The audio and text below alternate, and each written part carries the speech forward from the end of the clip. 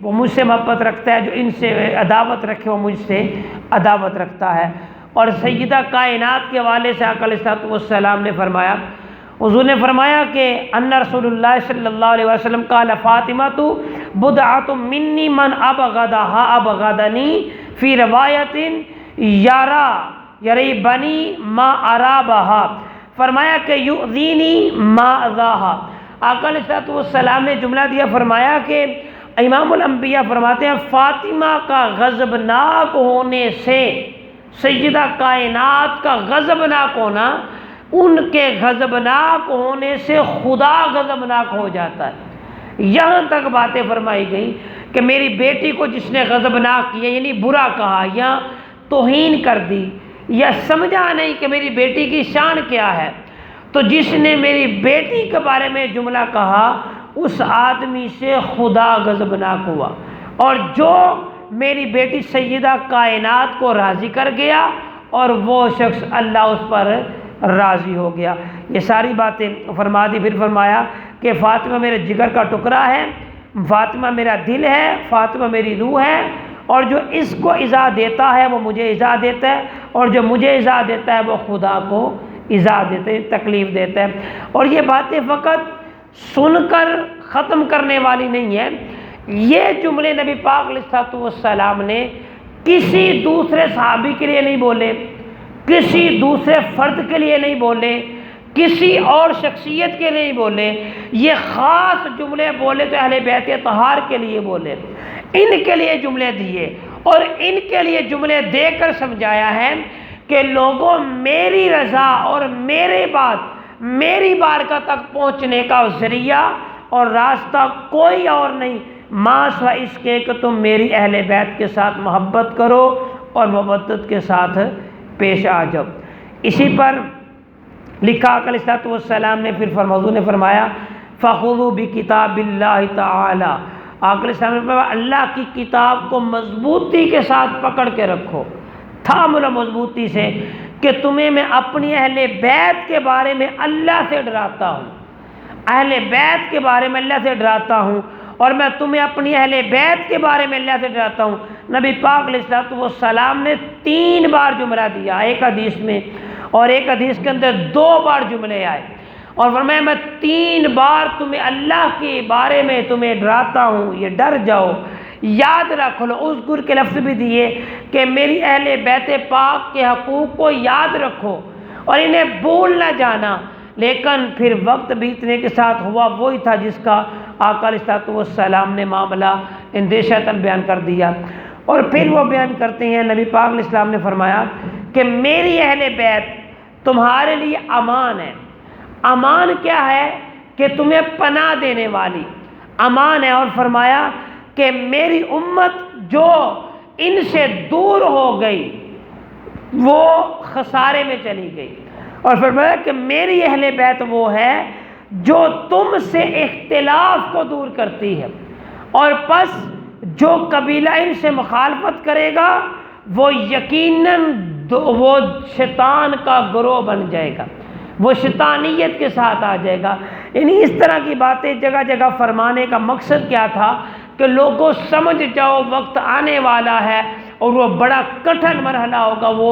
اتنا آسان نہیں ہوگا جسے ہم سمجھ رہے ہیں، وہ بڑا مشکل ترین کام ہوگا۔ اور پھر نبی پاک علیہ السلام نے فرمایا، حضور علیہ السلام نے یہ فرمایا کہ جو شخص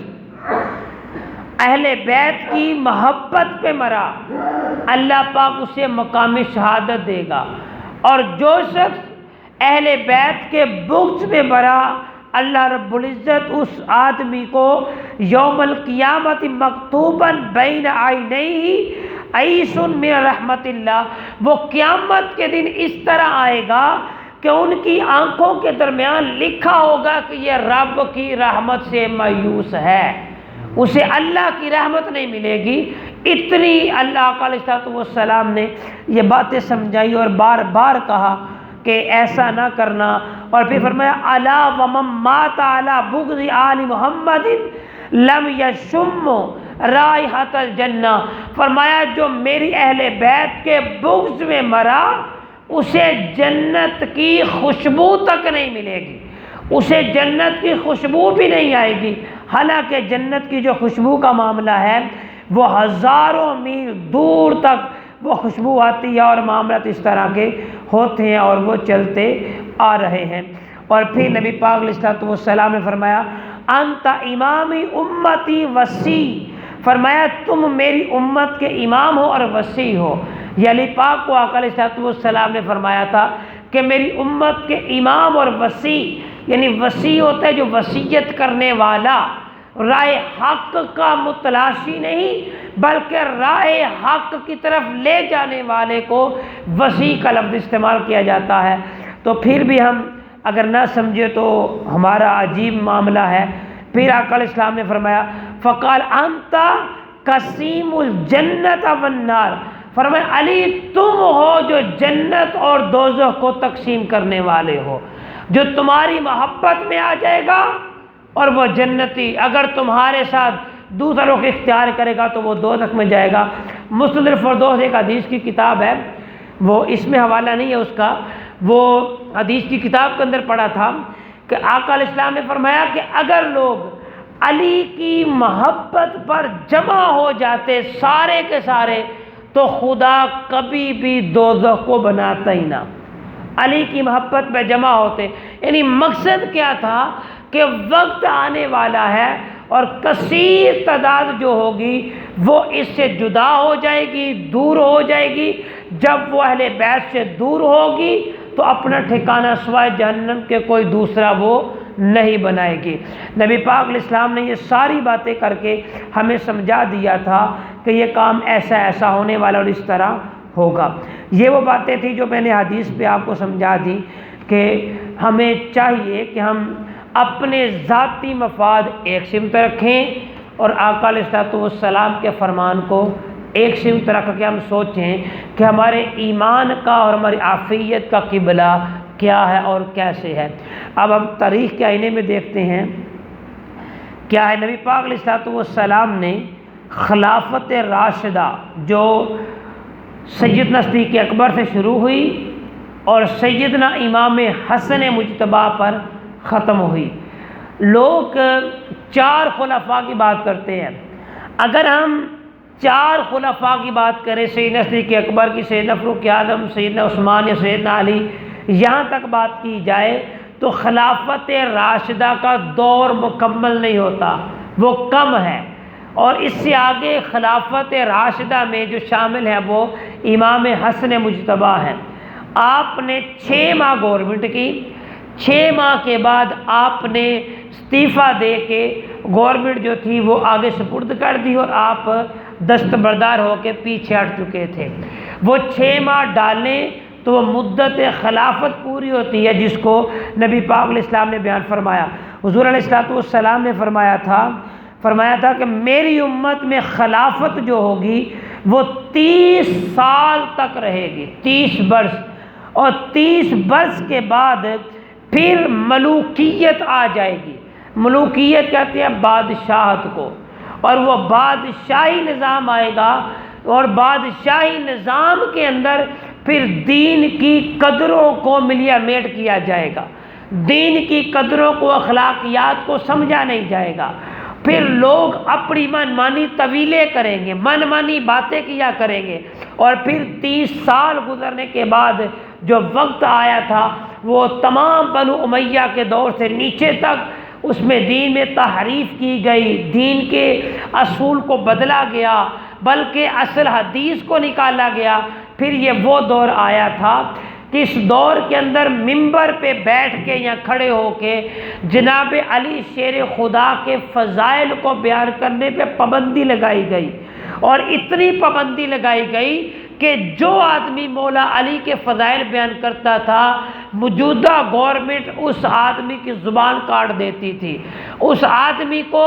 جیل خانے میں داخل کیا جاتا، اور پھر مار مار کے اس کا وہ حال ہوتا کہ وہ اکثر لوگ جام شہادت نوش کر دیتے، جس میں موٹا نام آپ یاد رکھ لیں امام نسائی، سیاستہ کی 6ٹھی کتاب امام نسائی جو تھے، انہوں نے محبت اہل بیت پر خصائص علی لکھی،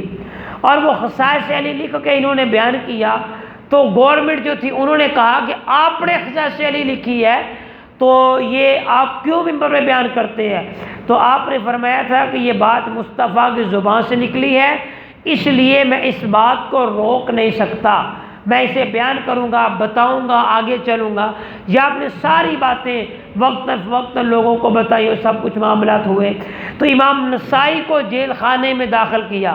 اور آپ کو اسی جگہ پہ مار مار کے شہید کر دیا گیا، اور آپ کی وہاں پر ہی وفات ہو چکی تھی، صرف اس قصور کی وجہ سے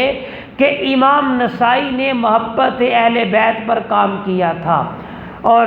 دیگر لوگوں کا بھی یہ کام رہا اور معاملات اس طرح ہوتے آئے۔ اور پھر نبی پاک علیہ الصلوۃ والسلام نے یہ جو بات فرمائی کہ ملوکیت اور اس کے بعد بادشاہت کے سلسلے سارے جاری رہیں گے۔ اور آقا علیہ الصلوۃ والسلام علامہ سعد الدین تفتزانی کا حوالہ وہ لکھتے ہیں کہ اہل حق نے اس بات پر اتفاق کیا کہ اس پورے معاملے کے اندر حضرت علی شیر خدا درست تھے، وہ جس کے اندر جنگ جمل اور جنگ صفین، یہ خاص جو جنگیں تھیں، ان دونوں جنگوں کے اندر، اور یہ ساری جنگیں بنو امیہ کے دور میں ہوئی اور وہاں پر معاملات ہوئے، اور حق پر جو بات آئی وہ مولا علی شیر خدا تھے، دوسری پارٹی حق پر نہیں تھی، وہ مولا علی حق پر تھے۔ اور یہ صحیح بخاری کے ایک حدیث پر آقا علیہ الصلوۃ والسلام نے سعد کو بیان فرمایا تھا کہ سعد تجھے ایک باغی گروہ شہید کر دے گا، اور آپ جنگ صفین کے اندر شہید ہوئے، اور شہید دوسرے